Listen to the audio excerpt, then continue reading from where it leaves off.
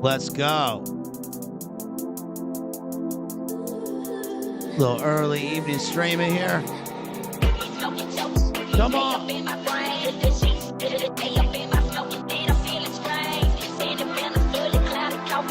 Let's go.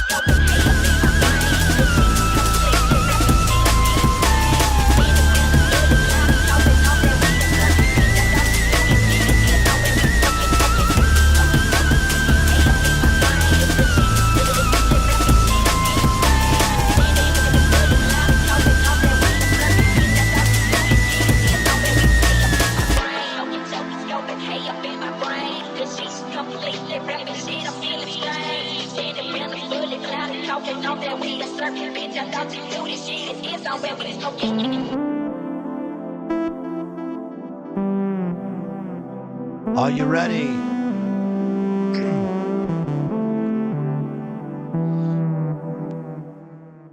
Right, let's go. Let's get after it, as they say. Let's get after it. Let's do a little early evening streaming. Tonight, we're covering One Flew Over the Cuckoo's Nest by Ken Kesey, 1962 novel.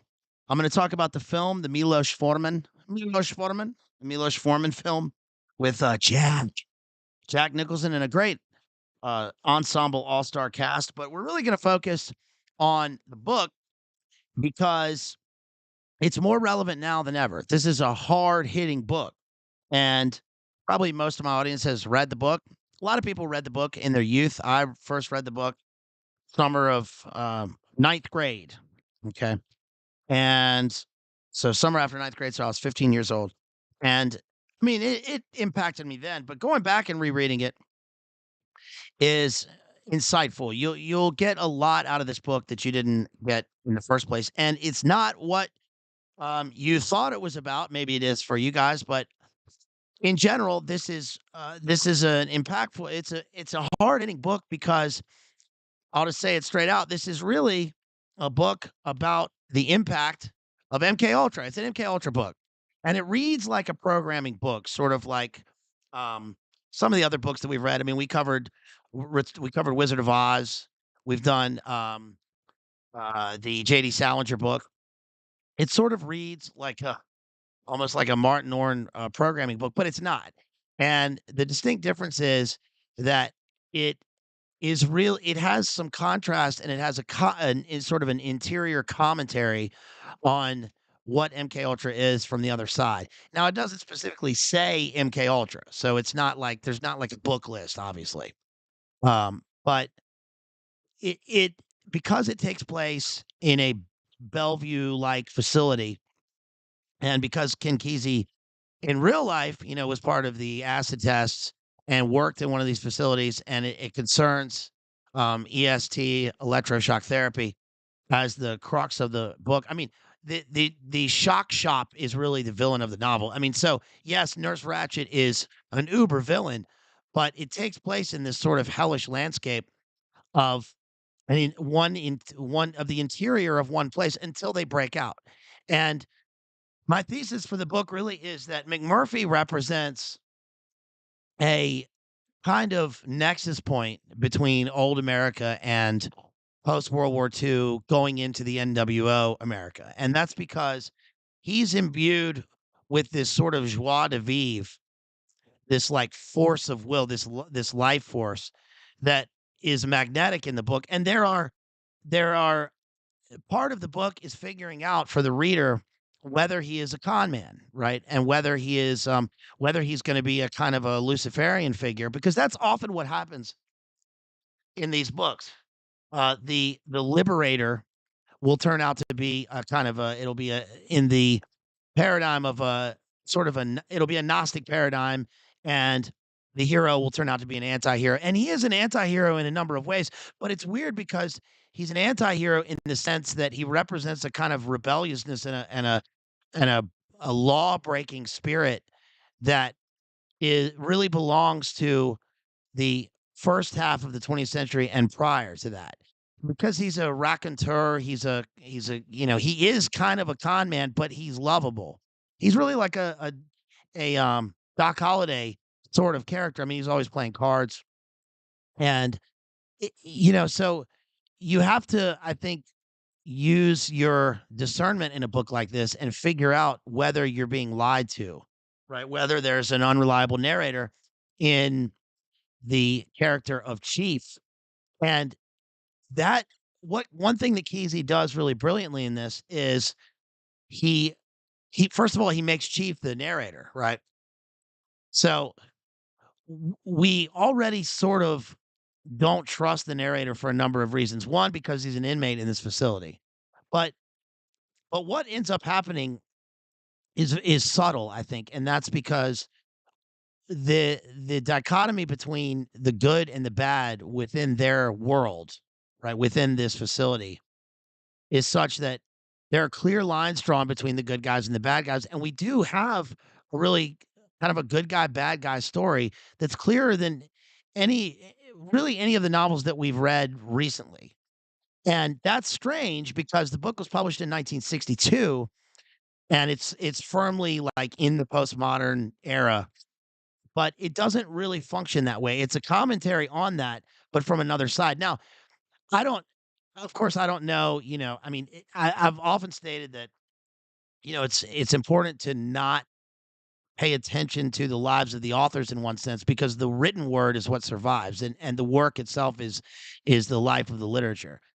So, it is interesting, and I don't know what happened there. I don't know. I think that probably what happens in the novel comes from real life, comes from Kesey working in this facility, and then he goes on and he tries to sort of free himself, but in the wrong way, right, which is through the acid test, and then he ends up getting, like, swallowed up by this thing that he is writing a commentary against in the book, is my sort of thesis about the book. Now, one could argue that, I think probably pretty easily. One could argue against that or for it, but I just I was wary when I reread this book of seeing McMurphy as the good guy because I was just suspicious, right? Number 1, he's in the facility. He constantly talks about how they have diagnosed him as a psychopath. So, in other words, if they're right and he's in the facility and he's lying to us as the reader, and we're sort of in this delusional world where the bad guy becomes the good guy and he's in there for something bad, then we have to be careful of that. But the reason I think that he was in there, which he states, I I sort of see that as him being set up because of where he says that he comes from in the book. And just to I won't keep making allusions to it. I'll just simply state that one forgets when going back to reread the book that the reason McMurphy is there is because his story arc arises from a very Frank Olsen like situation. It reminds me of Frank Olsen. It reminds me of because he's from the Korean War. It says that he was a hero. He's discharged from the military because of some BS. And he's a rule breaker, right? So maybe is he a rule breaker because of all the right reasons? In other words, are the rules that are set up are they um, are they there to enforce the wrong things? Kind of like what happens in the book. So obviously, we have. It's just interesting to keep in mind that like we have all these these insane people in this insane asylum, and they have to be there for a reason. And this is not a commentary on like the nut houses of the 1950s. From my I mean, it is that, but it transcends that. And obviously, like what happened in the '80s with Reagan and letting loose all those places has been a complete disaster. But that doesn't mean that right is right and wrong is wrong within their system. So, in other words, the inhumanity that occurs in the book is stark. And and I don't think it's a spoiler. I mean, it's a well-known story. But it doesn't matter. It's not a review anyway. We're doing an analysis here. It's important to keep in mind what happens to McMurphy at the end, which is that they break him and they destroy his will, his life force, and they make him into a zombie by lobotomizing him. And I think one of the things that plays into this is the fact that when he does liberate the group temporarily, the symbolism of taking the boat and going out onto the sea it serves as a kind of like baptism or rebaptism back into life. These people have been locked up in this pandemonium, and he's a great character because he sees that through the mental illness that the people are afflicted with, there is goodness. And he tries to bring that out. He brings out their goodness. And a lot of it, yes, is breaking rules and what he does at the end. But Ratchet is a arch villain, and Chief is so eloquent in discussing how she thrives on this pure evil. And her speech at the end of the book, when she tries to say that, no, he has destroyed their system, look at what he's done to you, gets completely negated by what she does to him right after that. It's poison, right? She essentially poisons their mind to try to break their will so that they can just be good in this place. And I couldn't help but think of the idea of the Fisher King. I mean, there. I would say that I'd be surprised if someone hadn't written a university thesis on comparing the Arthurian tradition in literature to this book because there is a lot of Arthurian. So there are a bunch of sort of Arthurian motifs in this. Maybe I don't know. I don't know if anyone's done that before, but I couldn't help but think that when he takes the people out on the sea, that he sort of functions as a kind of fisher king. He's a fisher of men, right? They literally go out fishing, and it's like he's trying to regenerate who they are as humans, and he's sort of incomparable in terms of his will to live in this, and that's an amazing thing. It's really it is a it's such a hard-hitting book, but it's also, like, thrilling. It's a thrilling book. It's really great. I mean, I'll get into some of the text and discuss some of the passages because I'm really blown away. I really am. I think that this this novel is unlike probably any of the other novels that we've covered here. And speaking of the other novels that we've covered here, um, hats off to right. Hats off to R.I.P. R.I.P. To the great American author Cormac McCarthy. So Cormac McCarthy, God bless him. Cormac McCarthy just passed away today, just now before the show, I guess. And that is a real loss that, without getting too sentimental about it or anything. I mean, we live in a fallen world and this is what happens. Death is all around. And Cormac McCarthy was one of the great writers about um, what Harold Bloom termed the American religion in his criticism, because Cormac McCarthy really is like a kind of a Melvillian Moby Dick prose poet with his words. We've covered 5 of his works here, and you know, I would say that understanding Cormac McCarthy is like you reach a certain peak when you get to Cormac McCarthy. You reach there's a certain zenith in terms of American letters. And I think that the only novelist that stands up would be Don DeLeo that we've covered here so much. We've covered a bunch of his books, and he's getting up there too. He's like 89 years old or something. I guess they're probably about the same age. I mean, McCarthy was an old timer. He was an old fella. Um, but it's weird. It's weird with Ted K, Theodore Karabatsos passing away the other day, and and now Cormac McCarthy. Hopefully, Yusef Kumunyaka is doing well. He's, in my opinion, the greatest living poet. He's an American, and this speaks to uh, what American literature is and has become. Because I think that McCarthy and DeLeo are at the again at the apex of postmodern literature, and they sort of again they capture that, they make it what it is, and then they sort of transcend that because they show a clear movement into, especially with DeLeo, the post Big Nine, which would be the postmodern world, and then into the postmodern world, which is the Great Reset, which in my opinion is, in terms of writing and literature, an era of absolute depletion. And that's purposeful. They want to make it that way. There are not many magnificent, great sort of titan writers around anymore. And that's what happens. We again, it's a fallen world, people die, and when will there be such another? Right? It says Mark Antony in Julius Caesar. So please, if you get a chance, go back to my analyses of Cormac McCarthy.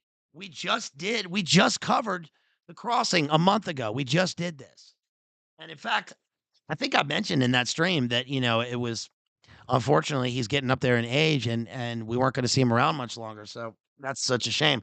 But we just did that. We did No Country for Old Men, which is, about almost 3,000 views. Please goes back to that No Country for Old Men stream because I think, we really did. I mean, honestly, you know, are there any other, like,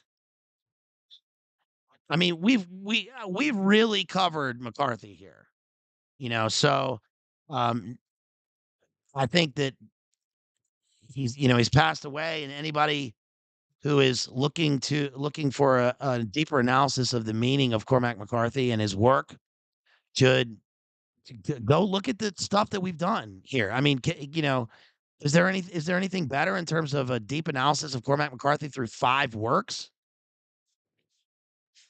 Right? We did No Country for Old Men. We did Blood Meridian, and the Blood Meridian stream got a lot from Jay's excellent essay, which you can find on his website. And see, so No Country for Old Men, we did The Road, Obsidian Pilgrims, we did The Road, we did Blood Meridian, we did The Crossing, and we did The Passenger, which is right up there. Remember, we did The Passenger right after the book was published back in like January. So he just published his final 2 novels. So that's crazy. I mean, it's not crazy, but it's just it's weird to see such a passing of such a great writer, such a great writer. I mean, this is like this is why I love literature because of people like this, because he says things the best words in the best order, right? Um, which would be Samuel Taylor Coleridge's definition of poetry, and in fact, like Harold Bloom says about McCarthy, I mean, he's a kind of prose poet in the Melvillian sense. We've got to do All the Pretty Horses coming up. I mean, I've had this in the stack, so we're going to cover that soon, which is the first part of the Border trilogy. But who else? You know, somewhere out there lives the most invincible man, just as somewhere out there lives the most vulnerable. So that's Cormac McCarthy. Please go back to my analyses of his works. Coming up, we tore through the autobiography. This is going to be a sponsor stream. This is the autobiography of Ben Franklin. Somebody sponsored that, which I never thought I would really cover, but it's interesting because it gets into our Jeff Steineffrey Great Gatsby analysis. There's a huge correlation between those two. And today I just started reading Billy Budd Smoker from Herman Melville.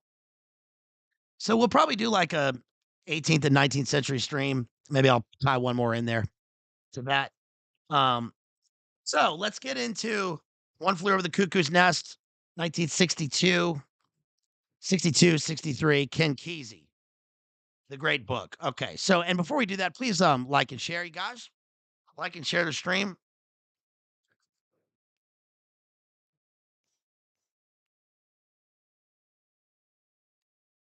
I busted out my Zippo.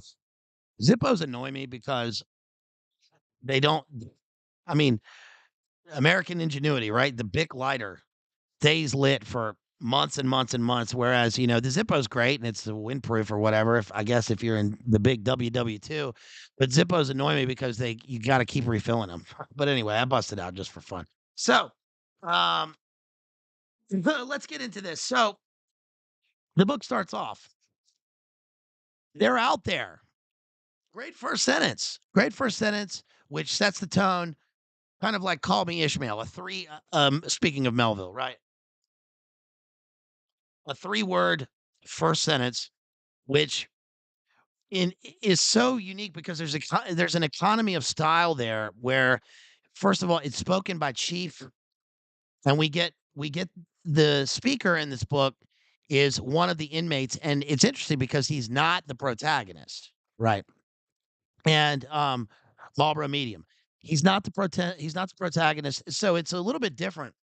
He's like, he's an observer of what's happening, and one of the crazy things in this crazy is that he has no voice. I mean, he does have a voice. He has a secret voice, which is what we get in the novel. That's his secret interior voice, which, by the way, he has to do everything to struggle to keep within the book because he's constantly sent to the shock shop and given electroshock therapy. But because of his great ability to put into words on paper or in his thoughts, which are kind of transcribed through the electrical airwaves of the electroshock therapy onto paper is how I see it, and it's kind of an extended metaphor. Um, we're able to see exactly in detail what happens, and because he's so large, he's a large character, he's really big. He's not messed with as much by the other people, and when he is, there's a great scene at the end when he's talking to McMurphy when he finally speaks, and he says he admires his courage.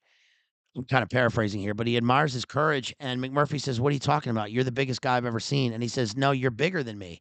And that's so beautiful. I mean, because it just shows you that the size of his corpus, right, of his corporeal form is outmatched by this kind of spirit, this will to live that McMurphy has.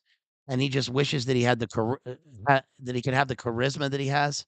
But in that first sentence, we really get this sense of paranoia, that runs throughout the whole thing because they're literally in an insane asylum, right? And it's a paragraph all of its own, which is great. Then he goes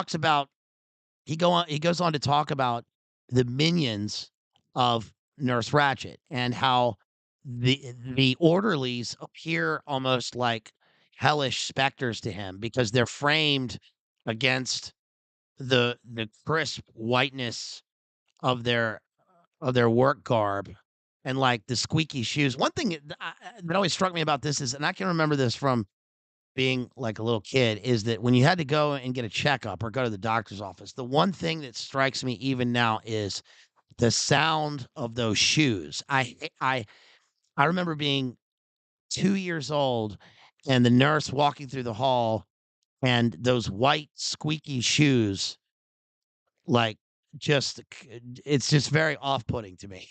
Um, it's triggering me, y'all. McMurphy has a spirit, a will to live, right? Life is fiery with its beauty, its incredible detail. He talks about how they're mopping up in the place, and he immediately gets into um, the psychosexual torture of the patients because they're relentless on him. When he sees Nurse Ratched on page 5 of the book, there's a great passage here where he talks about how she shapeshifts. And this is the case of showing, not telling. And it's also a case of the author being able to verbalize something that is true, but not necessarily factual. So, in other words, we're tempered by the fact that, okay, how can I say this? We're tempered by the fact that, like, these people are delusional, they're paranoid schizophrenics, they're all these head cases in this asylum. But the truth of what he's saying about Nurse Ratched shines through the rest of it. He says, she's gonna tear the bastard's limb from limb. She's so furious. She's swelling up, swells till her back's splitting out the white uniform, and she lets her arms section out long enough to wrap around the three of them 5, 6 times. She looks around her with a swivel of her huge head. Nobody up to see, just old Broom Bromden, the half-breed Indian back there hiding behind his mop and can't talk to call for help. So she really lets herself go, and her painted smile twists, stretches to an open snarl, and she blows up bigger and bigger.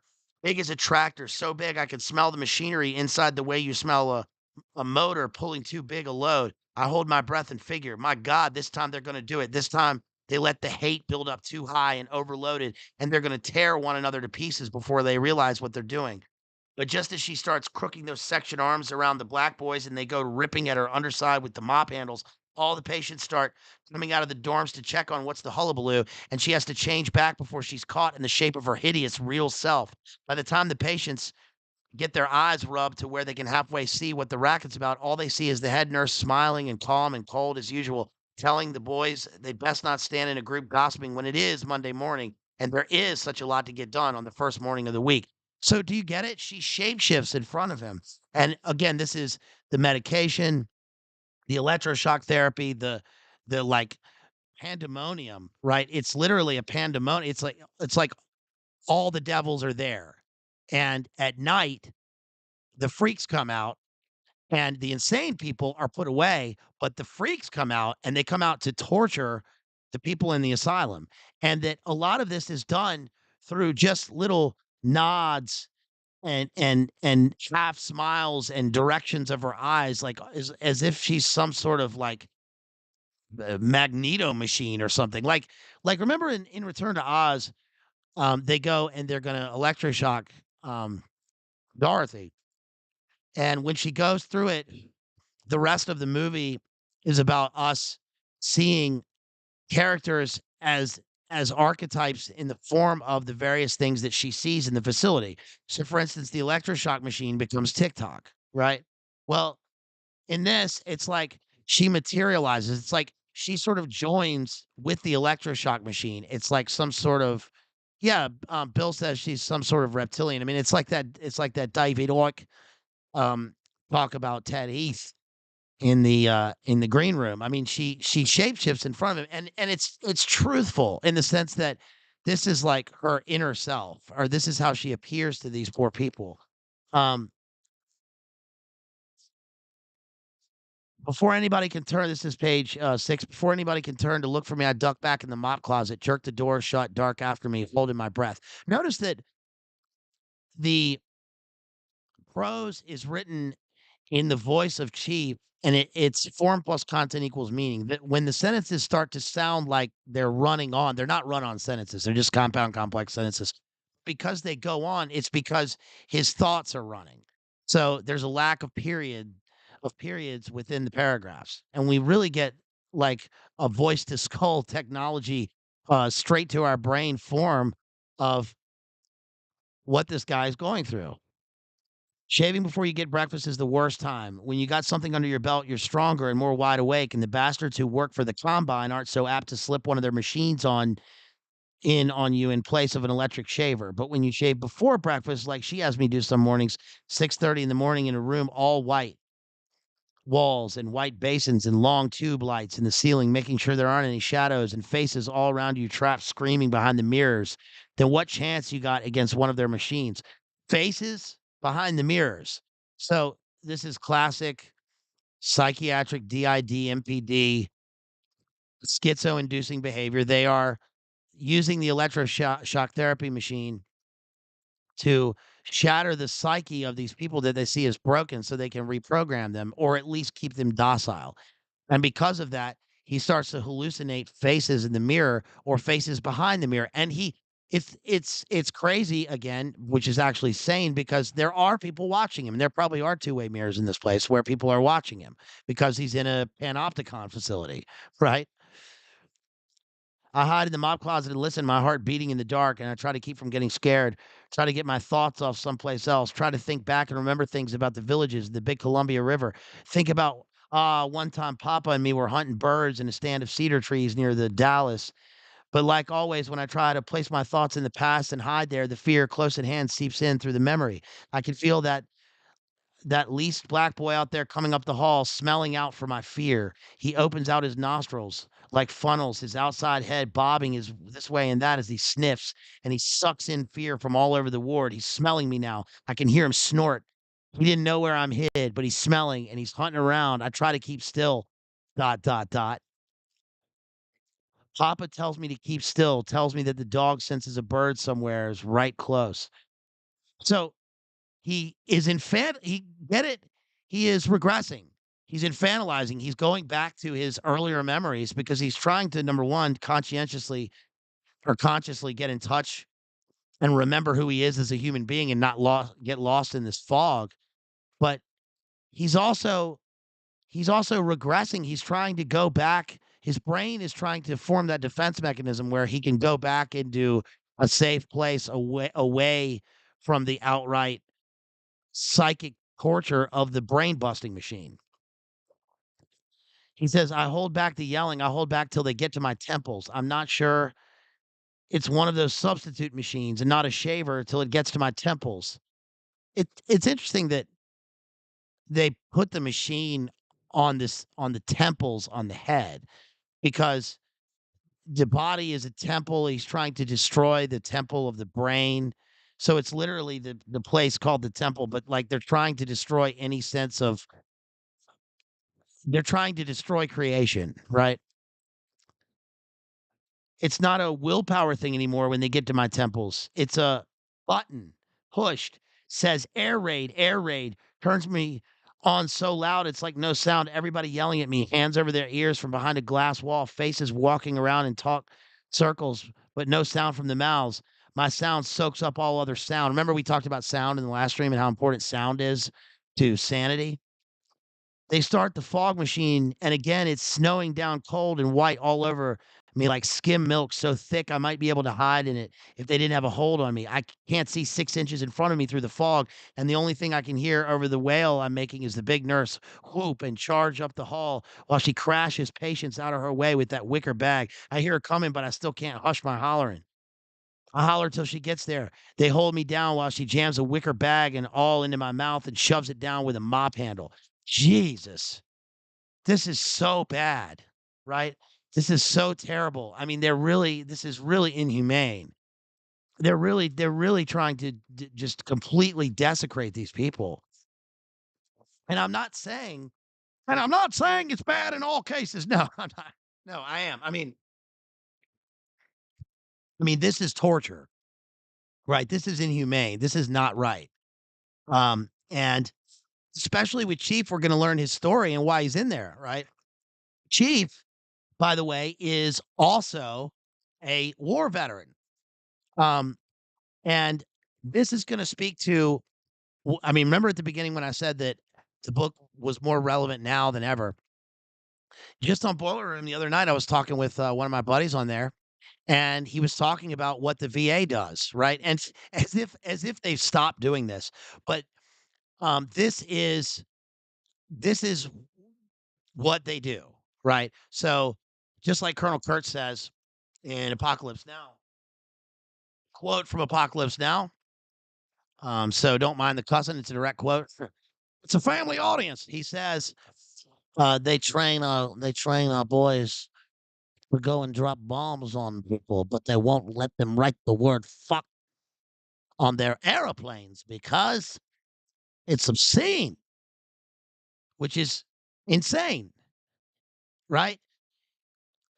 They get these young people to sign up at the Super Bowl and go fight for their bullshit. For their BS. Excuse me, for their BS, and then they come back and well, for they get their legs blown off, and then they put them on opiates for the pain, and then they come back, and then they take that away all of a sudden, and they say, "Oh, there's no recourse. Oh, and by the way, you get an appointment and wherever." I mean, we all know that.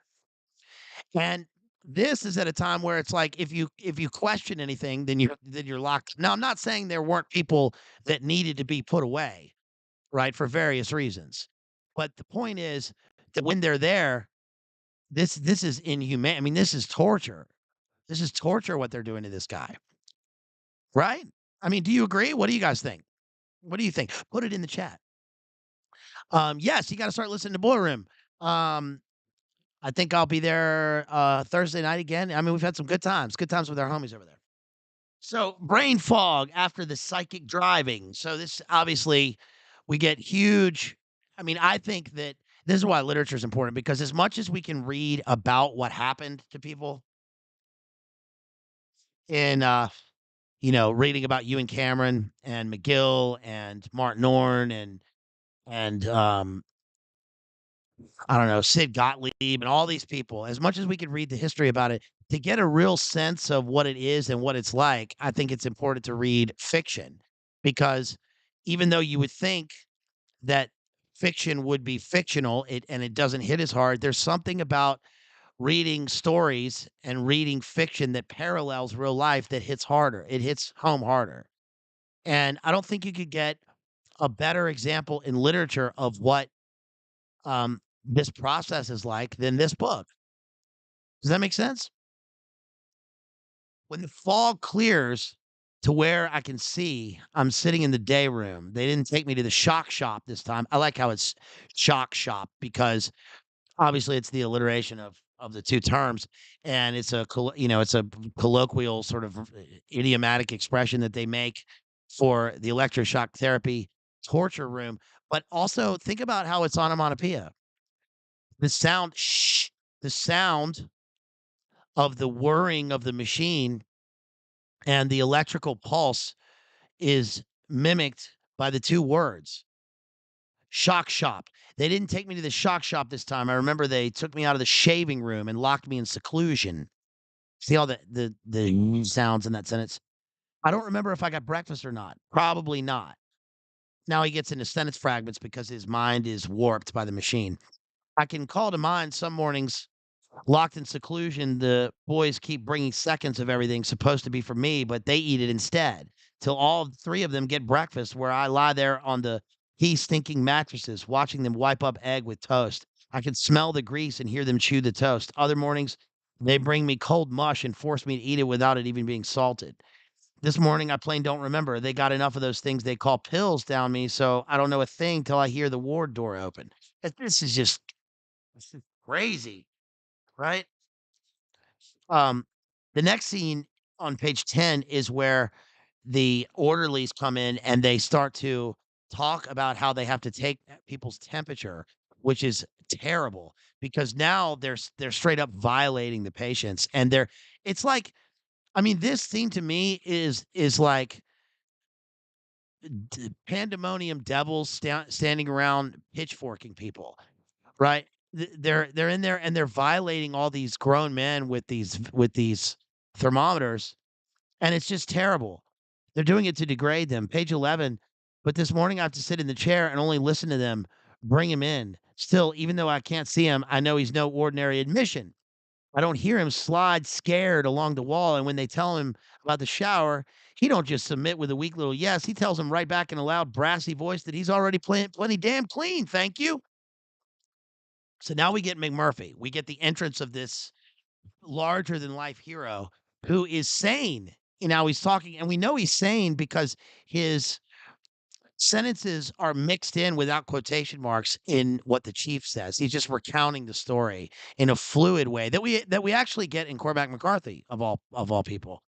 We also get that weirdly enough in we get it in parts of Beowulf and in Old English literature. They showered me this morning at the courthouse and last night at jail, says McMurphy, and I swear I believe they'd wash my ears for me on the taxi ride over if they could have found the facilities. Oh boy, seems like every time they get me someplace, I got to get scrubbed down before or after during the operation. I'm getting so the sound of water sound again makes me start gathering up my belongings and get back away from me with that thermometer, Sam, and give me a minute to look my new home over. I never been in an institute of psychology before. Don't you love how McMurphy comes in and he knows exactly what they're going to do with the thermometer? They're going to try and stick it in him and he says, "Get away from me right away." Authoritative. Patients look at one another's puzzled faces. It's interesting that they're puzzled faces there. It's a nice pun because their minds are fractured into puzzle pieces, right? They're trying to put back the parts of the mirror. They're trying to reassemble the parts of the mirror in their mind. Where is his voice coming? Where his voice is still coming in, talking louder, and you'd think he needed to if the boys were anywhere near him. He sounds like he's way above them, talking down, like he's sailing 50 yards overhead, hollering at those below on the ground. He sounds big. That's a great it's probably the best sentence so far in the book, right? We're only on page 11, and it's a three-word sentence just like at the beginning, but this one is the opposite, right? Because instead of they're out there, plural, now we get focused on him. And it's a great verb. He sounds. He's uttering a sound. And we're gonna get a lot about sound with McMurphy, but he sounds big. He sounds he you everything you need to know about him is in that sentence. He sounds larger than life, like he's talking down to them, like he is a tragic hero, right? Remember the parts of the tragic hero. One of them is that the tragic hero has to he has to be noble by blood, right? Or someone larger than life. He has to be like a general, like Othello. And he has to fall from a high place to a low place, and the low place has to be death or exile. This is a perfect postmodern tragedy because he is those things, but his exile is in his own mind. So at the end of the movie and the book, at the end of the book, he's lobotomized and he's lost. Puzzle pieces have been scattered. He was all put together, and now he's gone.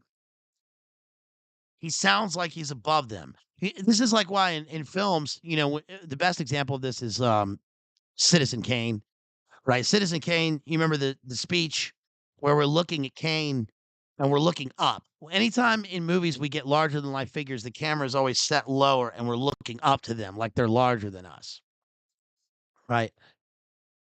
Yeah, what's up, TZ? Yeah, put on those notifications, y'all. Please try to join us here. Thanks for joining me here on this week. Is this a weekday? Weekday early evening. Put those notifications on. Like and share the stream, please. Support me with the links that my friend Jethro is dropping right there, or in the video description, or in the channel description. And tell me what you think of this book. You guys, do you think that this is an accurate analysis of the book, or what do you think about the way that even the idea of the insane asylum? I mean, I can't help but think of Portland, right, where they they let all these people go and gave them a hammer or whatever. Um, but these aren't the same type of people. This is again, McMurphy represents, and I'm going to get into this more with his character, but he represents something that's like an older American. He represents a man. He's a real man, and you have to be wary of this. Looking into the text and seeing, is this a con? Are we being conned? Is this a delusion on the part of Chief? But it turns out one of the clever things about this book is that the most insane person, Chief, because he's in the place, right? He's been committed, gives us the most truthful idea of who this character is. Chief's the only one who sticks with him. And right. Yeah, we're talking about Ken Kesey. Um, I'm not so much talking about the film, but the film is great because Milos Forman, by the way, has the insane asylum and sort of, people verging on they're on the verge of insanity in quite a number of his movies, including the best example besides this would be Amadeus. Remember, Amadeus starts with Salieri in the insane asylum. I think he gets a lot of that from his um, sort of theater de complicité, avant-garde, Antonin Artaud, 20th century, early 20th century surrealistic throne of blood theater. Theater of blood, theater of cruelty. It's just very avant-garde because they oftentimes this results, by the way, from the Marquis de Sade, like being in the insane asylum in France, and there's like a European tradition of using the insane asylum as a microcosm of the absurdities of society on the outside because you can get something more truthful from it. And the audience is brought in a way where, you know, when you look at this asylum, or even when you watch the movie, it's apparent when you watch the film that, like, they're on the inside of the facility and we are on the outside until we find ourselves subtly on the inside. So now we're part of the asylum. So it's always important to question your sanity in terms of whether you're being whether you're being manipulated into this and whether you really should be on Nurse Ratchet's side. But it's clear that she is just an arch villain. Shouts out to Ross out there who sends 35 Canadian. Thanks, BLA, for your analysis of this novel. Got to read it soon. Thank you so much. Really appreciate it. Yeah, y'all drop those super chats. He sounds big. I hear him coming down the hall, and he sounds big in the way he walks. And he sure doesn't slide. He's got iron on his heels, and he rings it on the floor like horseshoes. He shows up in the door and stops and hitches his thumbs in his pockets, boots wide apart, and stands there with the guys looking at him. So you get it? He swaggers in like a cowboy. He's old America. He's like something for even now. He's old America. He's this guy is a real dude, and he's coming into this place, and he doesn't give a hoot about what the rules are, right? Which I think is pretty cool. Good morning, buddies. He says that's great. But it's important because good morning, buddies. They're already his friends. He's going to make friends. He knows the deal. He says there's a paper Halloween bat hanging on a string above his head. He reaches up and flicks it so it spins around. You remember that they do that in the film. That's a great part of the film. One of the things they did with the film was, they cast Jack Nicholson in this role, and he really, I mean, it's like the book takes something factual or something that if it could be a realistic template of what the insane asylum is like and throws it out and goes for truth. And the movie does that again from the book because the character McMurphy is not Jack Nicholson. Jack Nicholson does not fit this description at all in terms of the way he looks. He doesn't have red hair, for example. So McMurphy he's like this guy's an Irishman. He's an Irish outlaw with red hair, and he's a real American. He's a real big, he's a brawny guy. This guy can fight, right? And we take the red hair, which is like the fire and the verve of his living, and we transfer that to Jack Nicholson, who, is his hair spinning. He's more of a wise ass kind of character, in the way McMurphy is, but in a different in a different mode. But Jack Nicholson contains all of the charisma that this character is supposed to have. So it becomes brilliant. Yes, it becomes brilliant. It's the casting in the movie is fantastic. I mean, Christopher Lloyd, Danny DeVito's in it. What's his name um from Exorcist 3 that Jay was just talking about? What's that guy's name? He was in film analysis that he just did from the Flannery O'Connor book. That guy's in it. And Nurse Ratchet. And I gotta say, okay, this is gonna sound weird about Nurse Ratchet, but you know, Nurse Ratchet has become, especially since the book and then especially since the film, the archetype of the, you know, cruel Brunhilde, matriarchal, scientistic priestess, witch woman. She's just awful, right? And she's seen as this ugly person, and she is ugly in terms of who she is on the inside.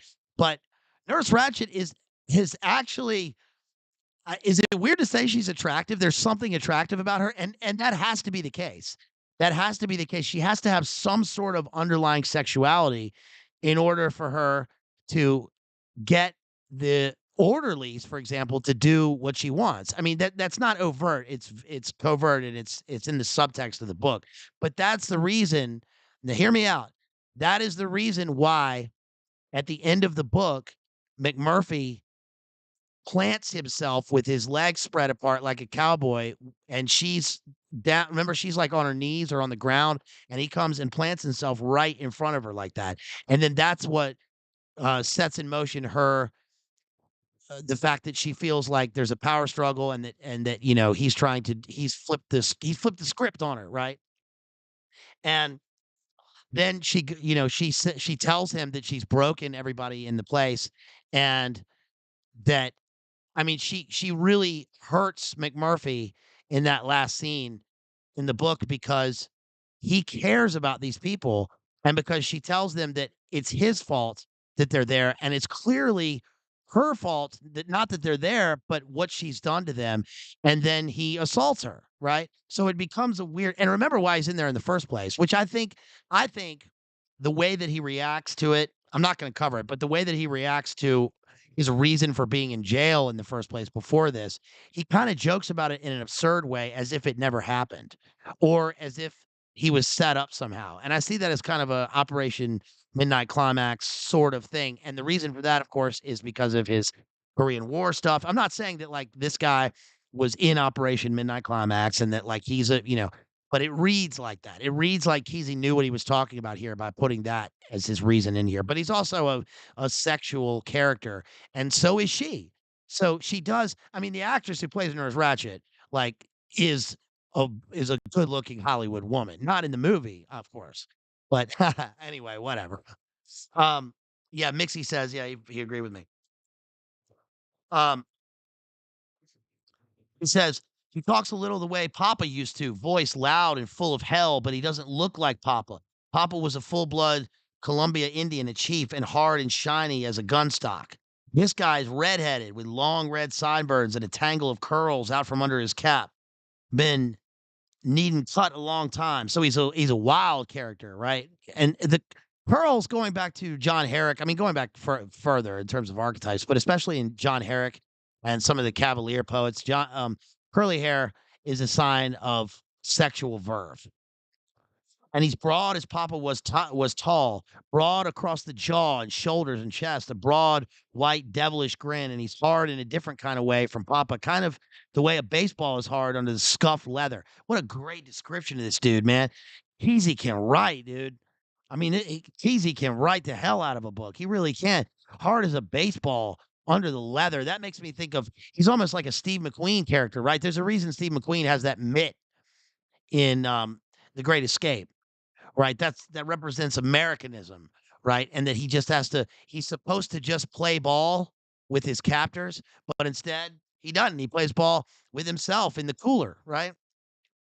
And that McMurphy has this kind of leather exterior like he's a cowboy or something. I mean, that's cool, I think. Says he stands there waiting and when nobody makes a move to say anything to him, he commences to laugh. Nobody can tell exactly why he laughs. There's nothing funny going on, but it's not the way the public relations laugh.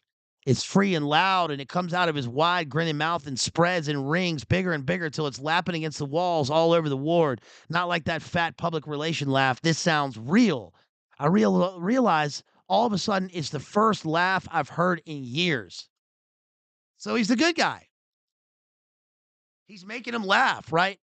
He's making them experience the joy of living. Right? God gives us laughter. We're supposed to it elates us. It makes us rise. And McMurphy comes in and he laughs, and these people haven't heard a laugh in so long. Why would they ever laugh? They're in hell down there. But he laughs.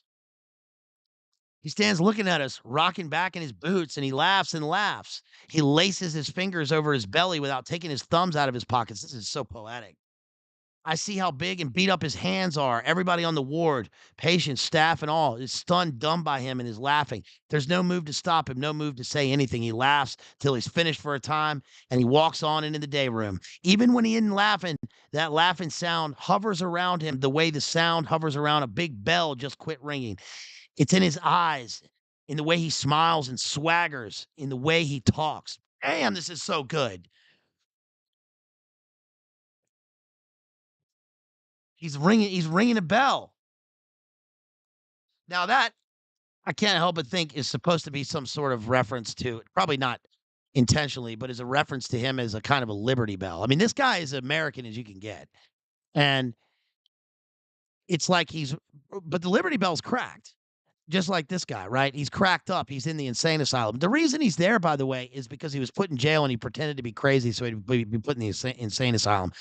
Damn, I think that's a big mistake. From what we know about all this stuff, don't ever do that and try to get to the insane asylum. That's the worst place you want to be. You got Nurse Ratched sending you to the shock shop every damn day, right? Destroying your mind, breaking your psyche, your will to live.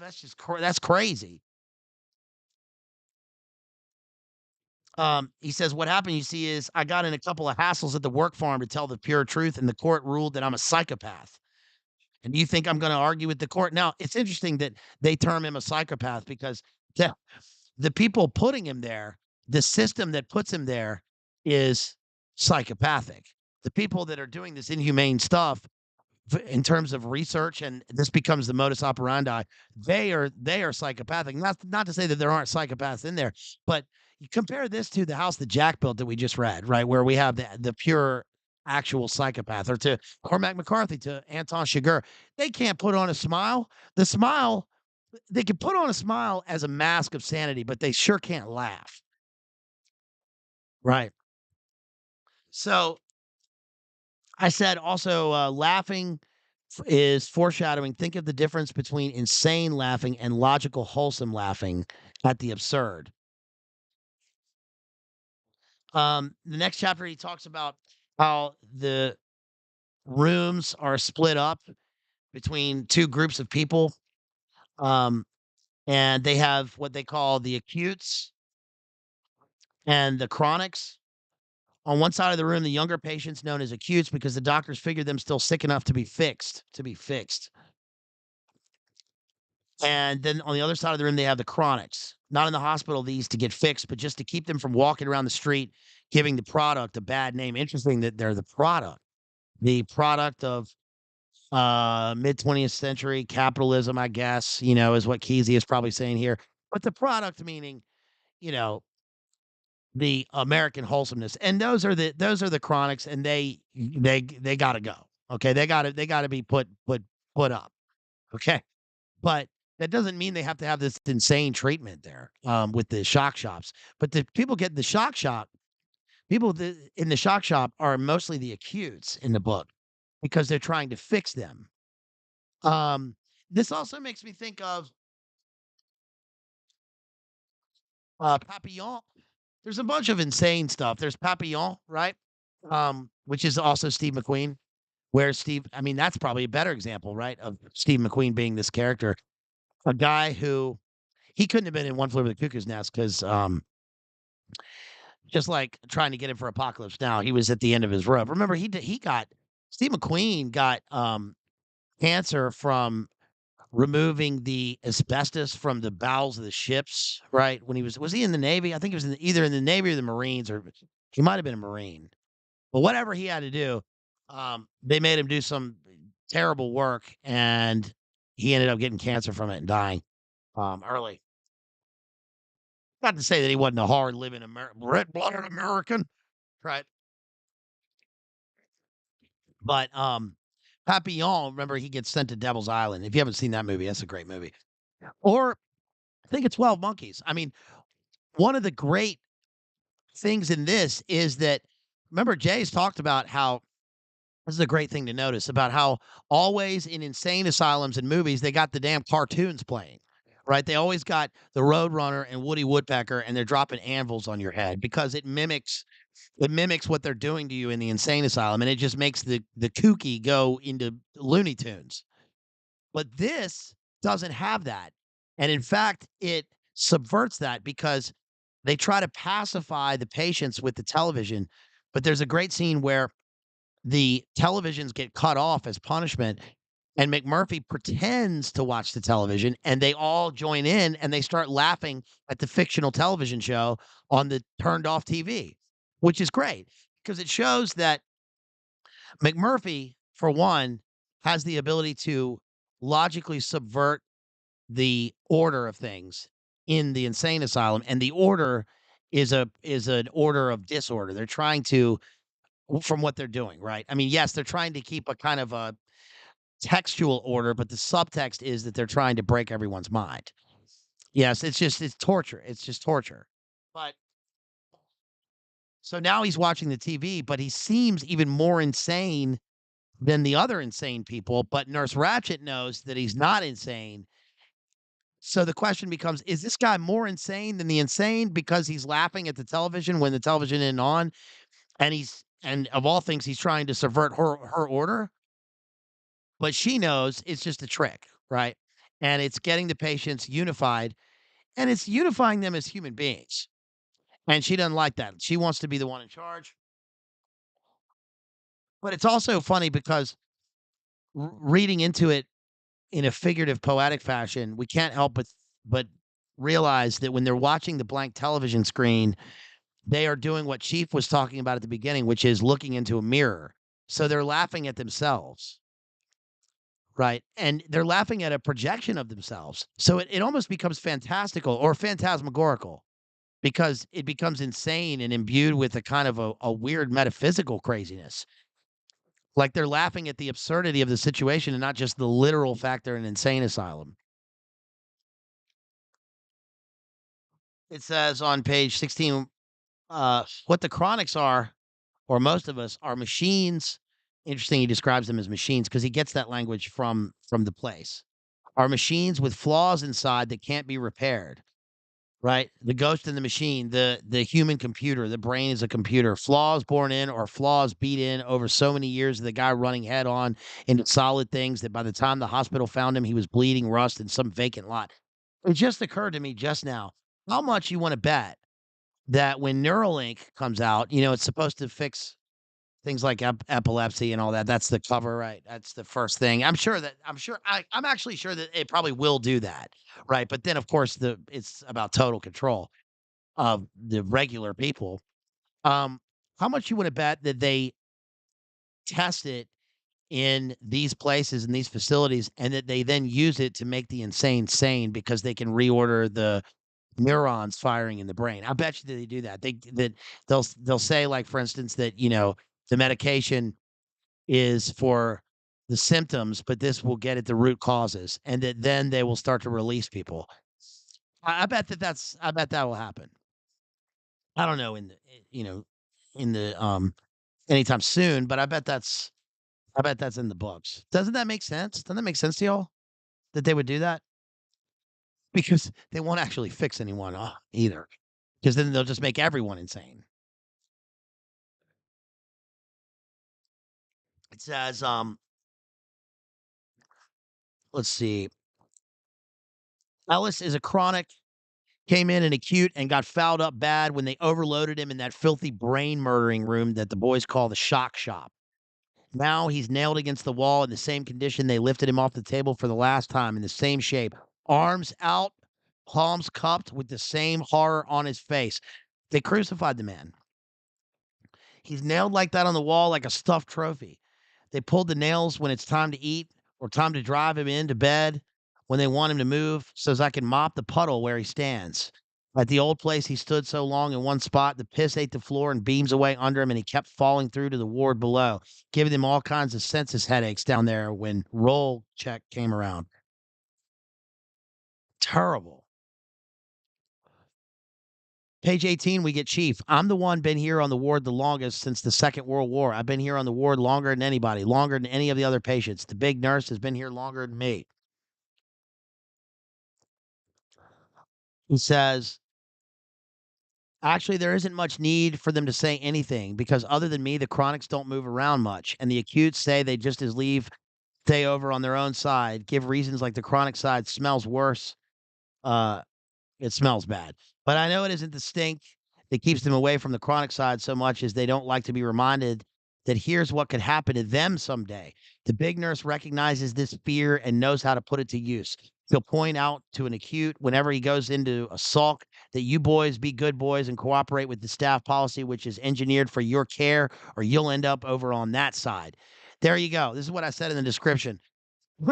My thesis of this is that this book not only is the old America versus new America, the death of the red blooded male, um, and an MK Ultra allegory, but it's also the sort of manual or expose of the scientific priest class because she's the expert.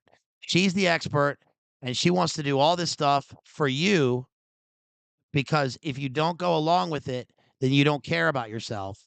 And we know what is best for you. So go into the shock shop, right? Get your mind shattered so that we can put the puzzle pieces back, even though they never come back. That's the whole purpose. Everybody on the ward is proud of the way the patients cooperate. We got a little brass tablet tacked to a piece of maple wood that has printed on it. Congratulations for getting along with the smallest number of personnel of any ward in the hospital. Do you see how sinister that is? It's a prize for cooperation. Just cooperate. It's hung on the wall right above the logbook, right square in the middle between the chronics and the acutes. This new redheaded admission, McMurphy, knows right away he's not a chronic, which is foreshadowing because what's going to happen to McMurphy? They're going to make him a chronic. Um, Page 21 is where we get what I said was probably this is not a conscious um what is this? Why did I open that? Oh my gosh. Texting me some damn it's just junk text. No, I don't want to take no survey. Oh my gosh. Junk. Sorry. um so so all right, so yeah, so Korea and Frank Olsen. It's not a conscious decision to talk about Frank Olsen. This guy didn't know Frank Olsen. Um, but he was in Ken Kesey was in the acid test, right? And the acid tests were obviously a three-letter agency thing put on. I mean, that's in John Marks. Like that's all over the place. So he was part of it, but he didn't know Frank Olsen. I'm sure. Maybe he did. I don't know. But this is like a systemic thing, right? He says this busy man, Mr. Harding, is he the bull goose loony? Says McMurphy. In other words, he's going to be the bull at this place. He's the alpha. He looks at Billy with one eye, and Billy nods his head up and down real fast. Billy's tickled with all the attention he's getting. Then you tell Bull Goose Looney Harding that R.P. McMurphy is waiting to see him and that this hospital ain't big enough for the two of us. Very cowboy talk. I'm accustomed to being top man. I've been a bull goose cat skinner for every Jippo logging operation in the Northwest and the bull goose gambler all the way from Korea. Was even bull goose pea weeder on that pea farm at Pendleton. So I figure if I'm bound to be a loony, then I'm bound to be a stomp down dadgum good one. Tell this Harding that either he meets me man to man or he's a yaller skunk and better be out of town by sunset. Harding leans farther back, hooks his thumbs and lapels. Baby, you tell this young upstart McMurphy that I'll meet him in the main hall at high noon and we'll settle this affair once and for all. Libido's ablazing. Harding tries to drawl like McMurphy. It sounds funny with his high, breathy voice. You might also warn him, just to be fair, that I've been bull goose loony on this ward for nigh on 2 years, that I'm crazier than any man alive. Mr. Mr. Bibbit, you might warn this Mr. Harding that I'm so crazy I admit voting for Eisenhower. So they got a dialogue going on back and forth, right? Um, and they're going to become friends, even though McMurphy's going to be the alpha. Page 22. He was just a wanderer and logging bum before the army took him and taught him what his natural bent was, just like they taught some men to gold brick and some men to goof off. And he says they taught him to play poker. Since then, he settled down and devoted himself to gambling on all levels. Just play poker and stay single and live where and how he wants to. If people would let him, he says, but you know how society persecutes a dedicated man. Ever since I found my calling, I've done time in so many small town jails, I could write a brochure. They say I'm a habitual hassler. Like I fight some. Shit, they didn't mind too much when I was a dumb logger and got into hassle. That's some excusable, they say. That's a hard-working feller blowing off steam, they say. But if you're a gambler, if they know you to get up a backroom game now and then, all you have to do is split slantwise and you're a damn criminal. Hooey, it was breaking up the budget, driving me to and from the pokey for a while there. So this guy employs the hassle doctrine to a T. McMurphy is the embodiment of the hassle doctrine, right? And just like the army told some people to be a gold bricking, right? So in other words, they did what the army does. They took him, they taught him how to kill, they taught him how to do all this stuff, and then he got out and he was wild and he tries to get on with his charm and nobody and it says views shows McMurphy can match wits and charm anyone. Yes, absolutely. He even charms Nurse Ratched. Right, but she sort of uses his charm though because she's the sinister figure. But she uses his charm, but she knows exactly what he's doing. But she is still charmed by him for a while because she does let him run the place. You can't tell if he's really this friendly or if he's got some gambler's reason for trying to get acquainted with guys so far gone. A lot of them don't even know their names. That's a good point Chief makes. Now, How can Chief be totally far gone and insane when he has that kind of insight? He has the insight to know that there's the possibility that he's being manipulated and conned. And his reason how is that McMurphy has no reason to be this charming and this charismatic for people this far gone. They're insane. So why would he do this? And so what becomes apparent in the novel is that it's because of his goodwill. And yes, he is a provocateur. He's a hustler. He's a hassler. But the proof of his goodwill is the fact that he takes the L for it at the end, right? Um, he says he's there pulling Ellis's hand off the wall and shaking in just like he was a politician running for something, and Ellis's vote was as good as anybody's. He calls him Buddy.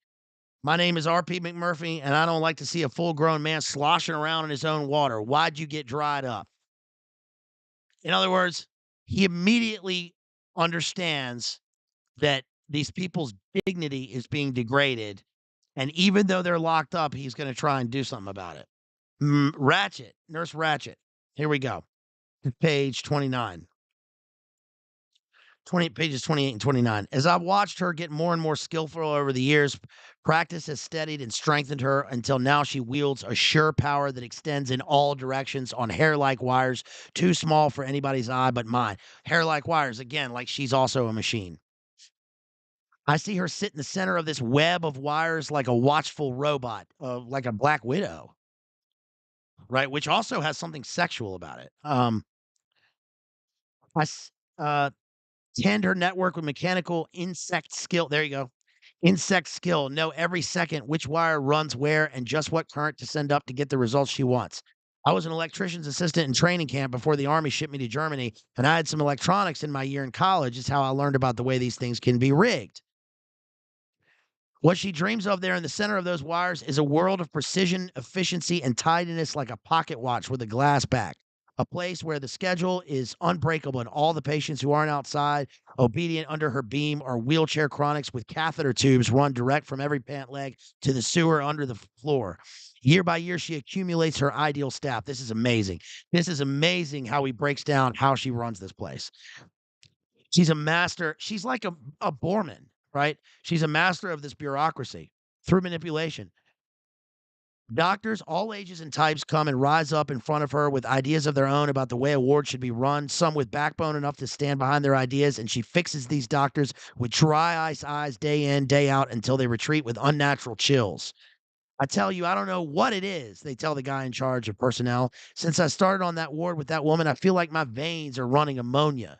I shiver all the time. My kids won't sit in my lap. My wife won't sleep with me. I insist on a transfer. Neurology bin, the alky tank, pediatrics, I just don't care. She keeps this up for years.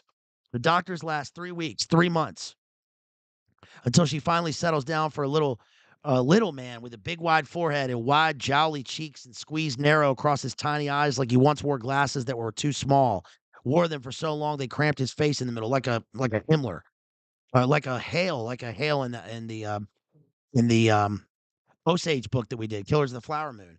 So now he has glasses on a string to his collar button. They teeter on the purple bridge of his little nose, and they're always slipping one side or the other, so he'll tip his head when he talks just to keep his glasses level. That's her doctor.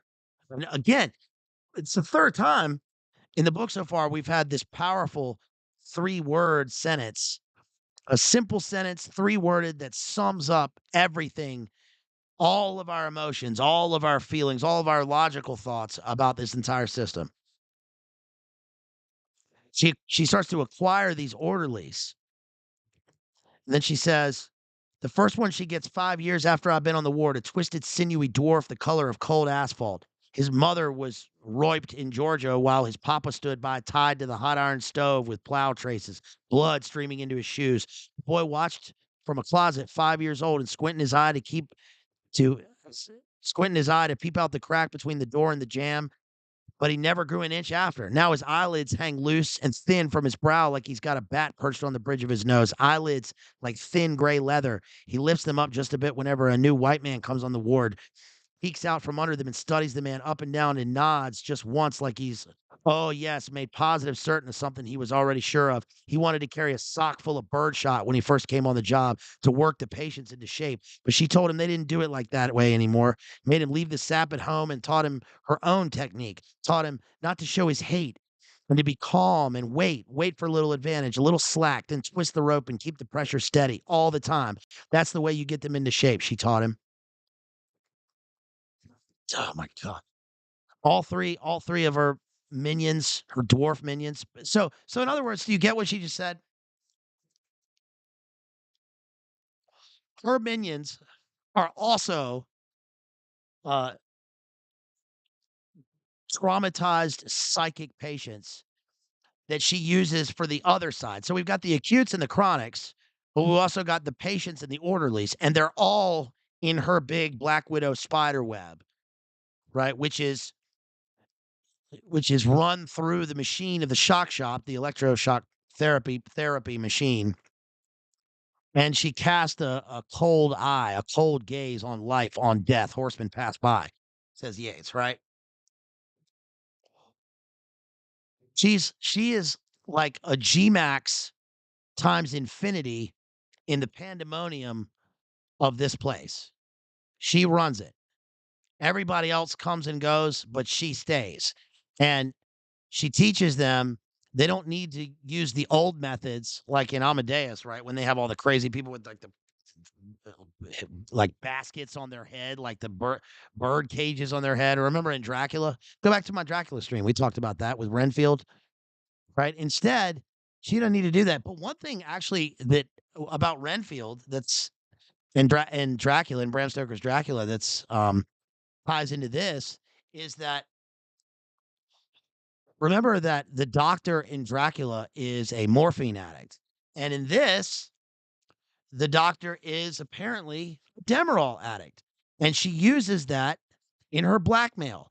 She makes little insinuations. If the doctor tries to change things, she lets it happen. She lets him requisition Demerol, and so if he wants to change things or encroach on her power at any point, she goes to the higher ups or to the board. And by the way, the board member is a friend of hers from her war days. She was a nurse in the war. It says I think it's a World War I. She was a She's a fellow nurse buddy of hers, so the 2 are in league with each other, and she goes and she makes an insinuation. "Oh, have you seen that we're missing some Demerol? By the way, have you seen Doctor Williams?" Right? And it's like she's not accusing him, she's just spewing her, mediocrity, right? Neither hot nor cold, so you spew you out of my mouth, right? She's lukewarm. Everything she does is lukewarm until she's ice cold, or until she's on fire with the electroshock machine. So she uses various elements of nature synthesized through machines to control her little universe here, where she can remake people in this, I would say, a neo-Gnostic garden, but it's not really not. I mean, the book isn't. It doesn't really. It's not really Gnostic, um, but she's she's so twisted. It says all three wear starched snow white pants and white shirts with metal snaps. These are the orderlies on page 31. Down one side, and white shoes polished like ice. And the shoes have red rubber soles, silent as mice, up and down the hall. They never make any noise when they move. They materialize in different parts of the ward every time a patient figures to check himself in private or whisper some secret to another guy. A patient will be in a corner all by himself, and when all of a sudden there's a squeak and frost forms along his cheek, and he turns in that direction, and there's a cold stone mask floating above him against the wall. He just sees a face, no body. The walls are white as the white suits, polished clean as a refrigerator door, and the black face and hands seem to float against it like a ghost. Years of training, and all three boys tune in closer and closer with the big nurse's frequency. One by one, they're able to disconnect the direct wires and operate on beams. She never gives orders out loud or leaves written instructions that might be found by a visiting wife or school teacher. Doesn't need to anymore. They are in contact on a high voltage wavelength of hate. It's computerized, mechanical. I wrote logarithmic techno war in a psychotic something testing scale. I can't read my own writing here in the notes. Um, she also controls time. We get the Demerol addiction on pages 62 and 63. Um, oh, there's they do talk about Disney World in this and how McMurphy they're talking about chickens, and McMurphy's not a chicken, but it's interesting because they follow him. It's like you would think they would follow the rabbit hole, but instead they're following this wolf. But is he the big bad wolf? I don't know. It seems like he just has a it seems like he has a pack herd mentality, right? He just happens to be the alpha wolf. Or he made himself that way. Um my my I'm going to this thing on Thursday night. I think I told you guys for my old teacher who was the poet laureate. And I wrote to him about Cormac McCarthy. He's the one who first introduced me to McCarthy years ago. Um, he's also a titan of literature. Certainly the most well-read man I've ever known. Knows everything about literature and poetry. Anyway, I wrote to him about Cormac McCarthy, and he said exactly what I was thinking. Yeah, that sucks now. Now he's off the Nobel list. Yep. I talked about before about how McCarthy should have won the Nobel Prize. Of course, we've talked about the Nobel Prize recently with Bob Dylan.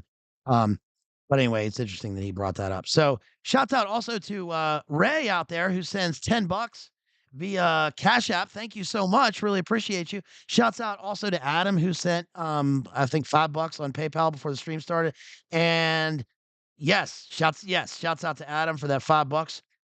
Please consider supporting me with any of the links provided. You can shouts out to Real Cooter Brown, Digital Minefield out there who sends $4.99 in a super chat. Thank you so much, Maddie. Really appreciate it. Maddie and I, speaking of Ken Kesey, Maddie and I are going to do our analysis of Bonfire of the Vanities by Tom Wolfe, who wrote the Electric Kool-Aid Acid Test.